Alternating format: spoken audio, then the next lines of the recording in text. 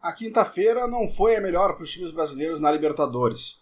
O São Paulo se complicou em Quito e a arbitragem complicou o Flamengo no Maracanã. No caso dos dois times, a gente teve uma preparação boa, uma estratégia boa para o jogo que seria suficiente para o resultado desejado, mas que por motivos diferentes as coisas não aconteceram. Eu começo falando do São Paulo, do time que jogou antes.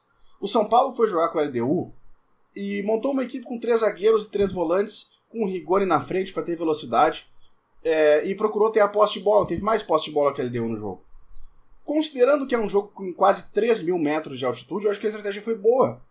3 zagueiros, 3 volantes, povoam meio campo, não deixa o adversário jogar e vai levando o jogo até o final. O que aconteceu para o São Paulo perder por 2-0? Erros bobos individuais.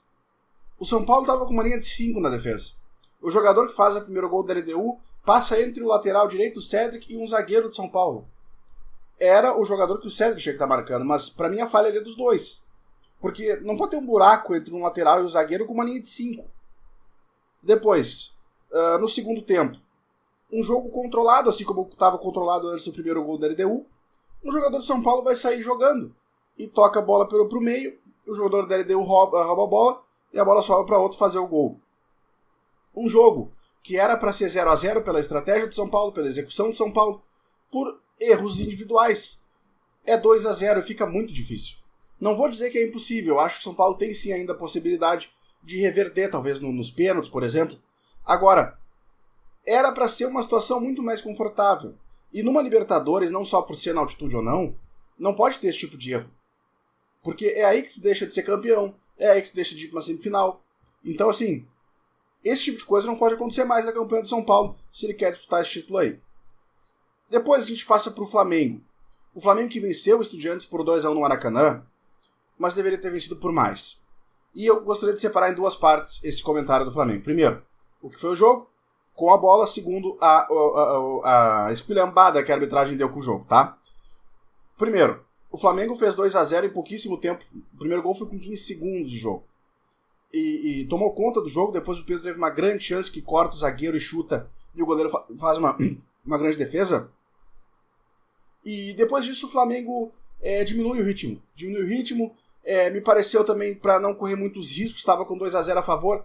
Não acho que tenha sido a melhor postura, porque se tu pode fazer 3 ou 4, tem que fazer.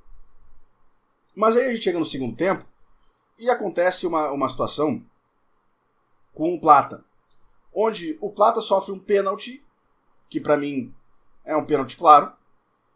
O juiz dá como simulação do Plata e dá um segundo amarelo pro Plata e expulsa ele. Depois disso, veja bem, seria 3-0 pro Flamengo, ficou 2-0. Depois disso, o Estudiantes toma conta do jogo por ter um jogador a mais, consegue o gol. Além disso, antes teve um pênalti no Samuel Lino, acho que foi no primeiro tempo. Assim, que pra mim também é claro. O que a Conmebol tá querendo?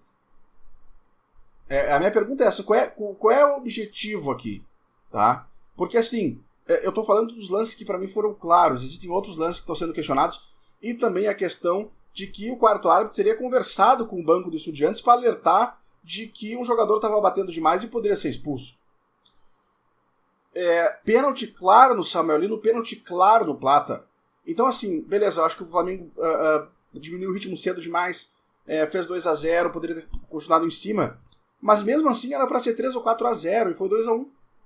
Então o confronto vai totalmente aberto e assim, se for na bola, eu acho que o Flamengo passa pelos Estudiantes e ganha o jogo lá porque é melhor que os Estudiantes. Agora, com o que foi feito no Maracanã hoje, eu não sei o que vai ser feito lá na volta. Não sei qual a estratégia que o Flamengo vai tomar nesse jogo de bastidores, de fazer uma certa pressão. Eu lembro que o Grêmio, em 2017, contra o Lanús, conversou com os patrocinadores da Libertadores. Depois do jogo de ida na Arena, onde o Grêmio venceu por 1-0, e teve um pênalti claro não marcado em cima do Jael no último lance do jogo. E deu certo. A Conmebol ficou muito incomodada com isso depois, mas foi suficiente para os patrocinadores pressionarem a Conmebol e a Conmebol praticar uma arbitragem praticamente perfeita no jogo da volta.